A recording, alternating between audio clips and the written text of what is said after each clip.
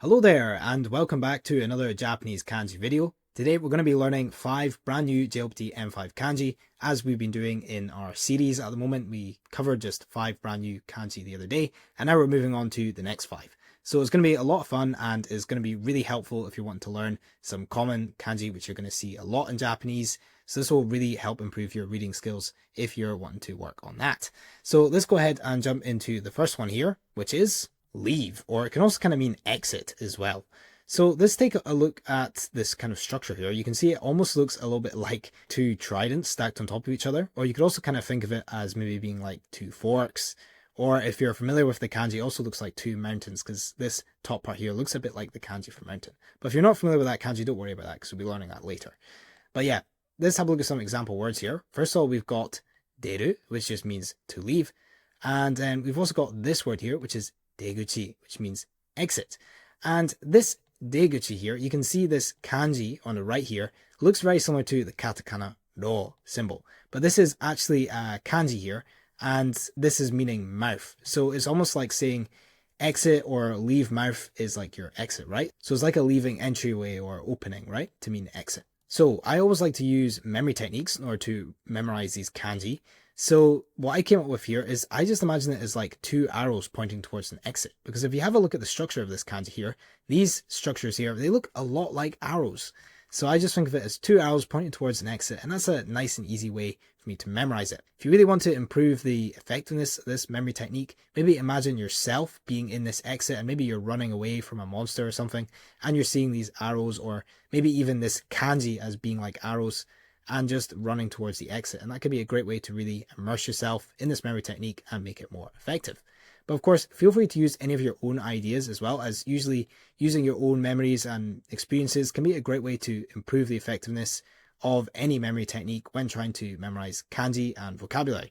So let's go ahead and move on to the next page here, where we can go ahead and get some writing practice. Now, don't worry, you don't need any pen and paper. You can just go ahead and write out in air like this, which is what I like to recommend because that's nice and easy and you don't need to go ahead and pick out a pen and paper or open up a tool on your computer or anything like that. You can just go ahead and practice anywhere at any time. And also, if you do want to do writing practice on your computer, then there's also that link to claykey.com in the description below, which will open up a nice digital tool which you can use on both computer and also works on mobile as well. And that allows you to practice writing with your mouse or your finger. So feel free to use that if you prefer, but otherwise you can just go ahead and practice writing it in air, or you can just take some time to really familiarize yourself with the kanji if you don't really want to practice the writing. And yeah, we'll now go ahead and move on to the next kanji here, which is book, or it can also kind of mean foundation as well. Sorry, my face is in the way here. Here we go. So yeah, it means book or foundation. And some of you who know a little bit of kanji may recognize that this looks very similar to the kanji for tree. The only difference being there's one line through here underneath these 2 branches. So they do look very similar. That's just something to keep in mind. Let's have a look at some example words here. First of all, we've got this hondana, which means bookshelf. And this kanji on the right here, beside the kanji for book, is just meaning shelf, as you might imagine. So when we combine it together, we get hondana, which means bookshelf. And this hon here, when we use it on its own, it just means book. So if you want to pronounce the word book in Japanese, it's just hon. And also we have this word here, which is honto, which is meaning reality. And that's kind of coming more into that meaning of foundation or truth. So as I briefly mentioned there, these 2 kanji look very similar. You can see on the right here, we have the kanji for tree or wood, which looks a lot like a tree, as you will notice. And then we have this book or foundation kanji, which is very similar, but then it has this one line through the middle here. So that's just a little similarity to keep in mind for these 2. I also like to use another memory technique here in order to memorize this kanji for book. And that's that I just imagine it as like a book about trees. Because these look so similar, it's a great way to go ahead and memorize 2 kanji at the same time. If you're struggling to learn this kanji for tree or wood here, then it can be really handy to try and visualize all of these branches here as being covered in leaves, and maybe imagining this center line here as being covered in like, a trunk or something like that, right? Or bark. So you can kind of imagine it as being a tree. And that could be a great way to help you memorize it. So next time you see it, you can be like, ah, yeah, that means tree. So that can be really handy there. And let's go ahead and move on to the next page where we've got the writing here. So this is what we call kakejun in Japanese. Now, kaki is referring to like writing, and jun is referring to like order. So it literally means writing order or stroke order. And this is the order in which the kanji is written. And this may seem like a really unimportant thing, but this is actually a great way to help you memorize it by building good muscle memory. And it also helps you make the kanji nice and neat and tidy. And of course, writing things neatly isn't exactly essential. Like in English, we don't have to write really neatly, but it definitely looks nice. And it also can help us memorize the kanji because we can see it much clearly what we're writing. And yeah, so I highly recommend following the kakujun as best as you can. Of course, it doesn't have to be 100% perfect if we're looking at purely the benefits in terms of memorization, but I still think it can be really handy to try and practice the kakujun if you can. At least I found it really useful for me in improving my memory of these kanji. So feel free to go ahead and practice writing that one out in air there and trying to follow the kakujun as best you can. And then we'll go ahead and move on to the next page here. And also guys, if you have any questions about kakujun at all, then please feel free to comment them down in the description below. As I understand, it can be confusing sometimes.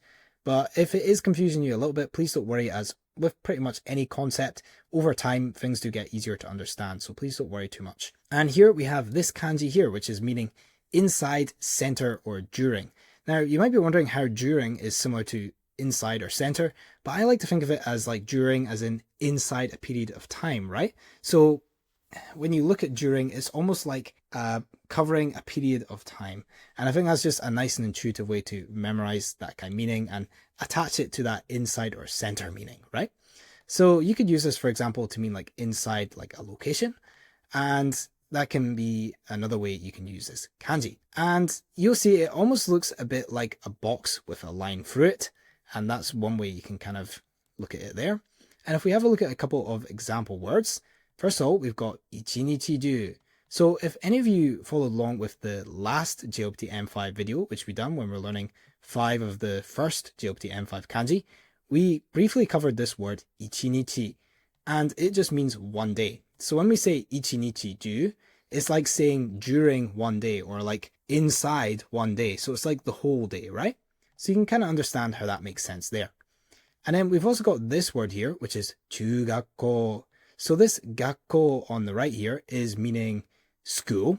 So when we say chugakko, it's literally saying middle or, center school, right? That's a nice way to remember that one. This is just meaning middle school. So not all countries have a middle school. Like where I'm from in the UK, we just have primary school, which is a bit like elementary school. And then we have secondary school, and then we have college or university. So we don't really have this middle school, but they have that in Japan, and I believe they have this in America as well. If you're from America, you'll be very aware of that. So let's go ahead and have a look at the next page here, where I've just done a very quick breakdown here. You can see we have this kanji here, which is the kanji for mouth, or it can also kind of mean box as well when it's used as a radical. If you're not sure what I mean by radical, by the way, it's just a fancy word to describe a component of a kanji. So you can see these components are being put together to form that inside kanji. And we can also call these components radicals. And that's usually what you'll see them called inside of your Japanese dictionary and things like that. And then we've got just a basic vertical stroke as well. So let's have a look at the next page here. And yeah, this is the kind of, not so much memory technique, but just a way I like to remember this one. And because it's got quite a simple structure here, I just like to think of this as almost like a totem. So if any of you have seen the movie Inception, which is a movie all about dreams, you'll be familiar with this totem. It's just something that they used inside of the movie to tell if they're inside a dream or not. Pretty much how it would work is they would spin the totem, and if the totem didn't fall over, like if it was just going to spin forever, then that means they're still in a dream. But if it fell over, then it means they're in reality. But anyway, that's a bit of a side tangent there. Let's go ahead and have a look at why I've chosen this in order to memorize this kanji. Well, the main reason is it just looks a lot like it. So I just feel like this kind of box bit here, it looks a bit like that kind of circular structure there in the center of the totem. And then this line going through the middle here looks like the kind of balancing beam of the kind of totem. So I also like this as well because it kind of spins on its center specifically. It makes it kind of linked to the meaning here. So that's just how I've always kind of memorized this, and that really sticks in my mind quite intuitively. But this one's got quite a simple shape here, so hopefully you shouldn't have too much difficulty with this one. But of course, if you have any of your own ideas for memorizing this one, then please feel free to use them. So now we'll go ahead and we'll practice writing it. So feel free to pause the video and you can practice writing it out in air if you're following along with the writing, or if you're not really keen on the writing, then you can just go ahead and just take a minute to look at the kanji and really familiarize yourself with it. So once you've gone ahead and done that, we'll go ahead and move on to the next kanji here, which is child. So this is quite a common one here, which you'll see a lot in Japanese, as sometimes it's used in some words you wouldn't expect. For example, it's used in the word isu, which means chair. So there's some strange words which you wouldn't really expect to use this kanji, but actually uses this one. But a lot of the time is related to like a child or a baby of something. For example, this first word here is koinu, which literally means like child dog to mean puppy. So on its own, this inu here on the right just means dog. But when you put this ko in front, we get koinu, meaning puppy. And if any of you know the word for cat in Japanese, which is neko, then you might guess that koneko is like saying kitten, right? So that's pretty cool there. And we can also say otoko no ko to mean boy.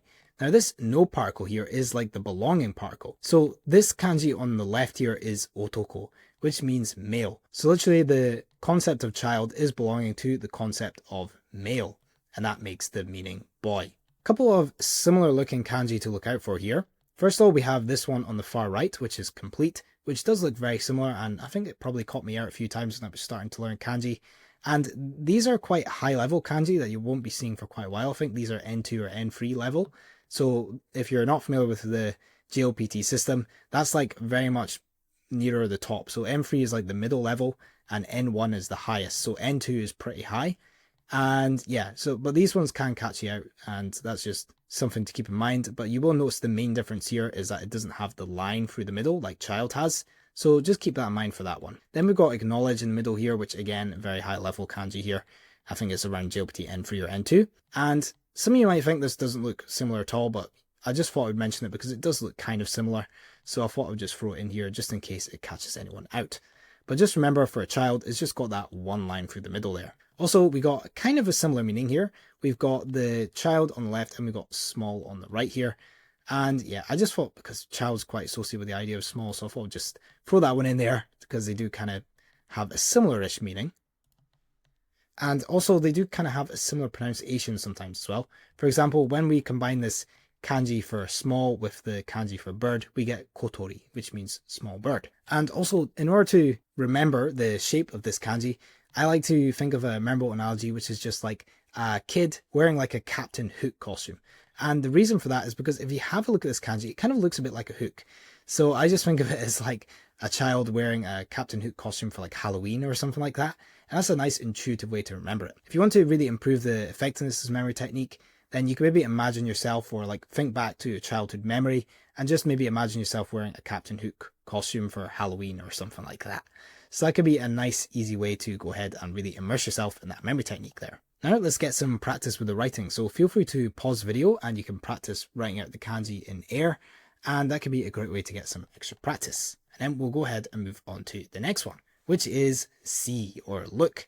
And yeah, this one has a couple of familiar components, well, components that may be familiar to some people. We have this component for eye, or radical for eye, on top, and we have this radical for legs underneath. Of course, if you're not familiar with any of these, please don't worry, as we're going to be breaking it down a little bit more in a second. Let's have a look at some example words first so we can learn how to use it inside of real life Japanese. First of all, we've got this word here, which is miru, which means to look. For example, if I wanted to say watch a movie in Japanese, I could say eiga o miru, to mean look at a movie or to watch a movie, right? And I've also got this word here, which is iken, which just means opinion.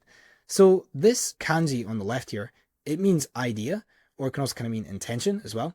And when we combine that with the kanji for look here, we get iken to mean opinion. So hopefully that helps you understand how these two concepts can kind of be linked there to mean opinion, right? If we go ahead and break down this kanji here, you can see we have this kanji for eye on the left, and then we've also got this radical here for human legs. Now you'll notice I didn't call this a kanji, and that's because we can't really use this on its own as a kanji. This is really only something you're going to see inside of more complex kanji. And that's just something to keep in mind. There is certain radicals can be used as kanji on their own, and certain ones are just really used as radicals. So that's just a little cool fact there. And yeah, we'll go ahead and have a look at how we can use these two components to memorize this shape. And here we are. Here's the idea which I put together. And that's that I like to think of it as like an eye on legs is watching the TV, because of course the action of this kanji is to see or look. And eye on legs is a pretty silly idea, especially with this image here. It looks really silly. So it's nice and easy to remember. And yeah, feel free to incorporate any of your own ideas, of course, as well, if any are coming to mind. But that's just a nice and easy way I found to memorize this kanji. Also, of course, one thing to keep in mind is this kanji does look very similar to the kanji for eye. The main difference is that it's got the legs underneath. Now, the main reason I'm mentioning this is because I used to actually, although I was like familiar with both these kanji when I was learning them, I used to get caught out a lot of the time and get confused between eye and look, and I would sometimes write the wrong kanji for the wrong meaning. So just to keep that in mind, look is always an eye on legs, whereas eye itself is always going to be on its own.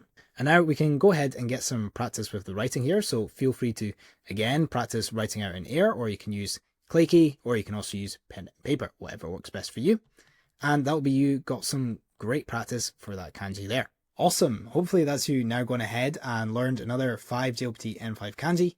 We'll be covering the next 5 in the next video, so please feel free to subscribe if you're interested and want to stay tuned for that video there. But yeah, just congratulations for completing that one today. And also, just before you leave today, I just want to quickly mention that if you're interested in learning 1,000 of the most common kanji in Japanese with a breakdown just like this, so that would cover all the JLPT N5 all the way up to JLPT N2 kanji, which is just 1,000 of the most common kanji in Japanese, then please feel free to check out my 90-day 1,000 kanji challenge in the description below, where we learn all 1,000 of these common kanji. And it's, again, just a breakdown, loads of explanations just like this, but a little bit more in depth, and also with tons of revision resources, such as flashcards and Anki decks, in order to help you memorize this information permanently, as well as a bunch of other useful Japanese resources which are really going to help you on your Japanese language learning journey. So please feel free to check that out if that interests you, and I hope you don't mind me just quickly mentioning that there, because I do think that would really help you out if you made it this far into the video. So yeah, apart from that, I'm just going to go ahead and wrap up the video there. So thank you so much for watching today. I hope you did enjoy. And if you do have any suggestions for future videos or any feedback you'd like to give me on this one, then please feel free to just let me know in the comment section below, and I'll get back to you as soon as I can. Apart from that, I hope you have a lovely rest of your day or night, and I'll catch you in the next video. Take care.